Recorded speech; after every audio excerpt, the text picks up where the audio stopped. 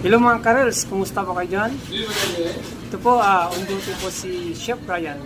Actually, yung mga siniserve namin ng mga pagkain ngayon is more on delivery po kami. Nasa soft opening pa lang po kami. And then siguro by third week of this month, magbubukas na rin yung dine-in namin.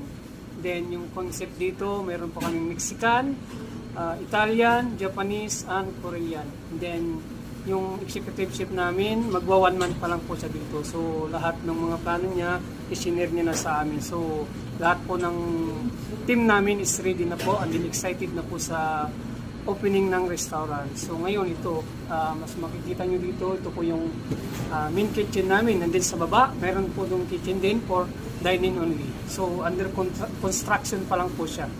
So, excited na rin po ako.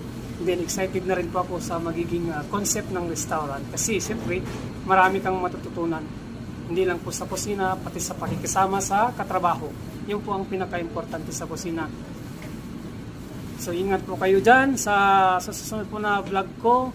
I-share ko po sa inyo yung mga concept, yung mga gagawin po namin dito. Kaya abang-abang lang po kayo.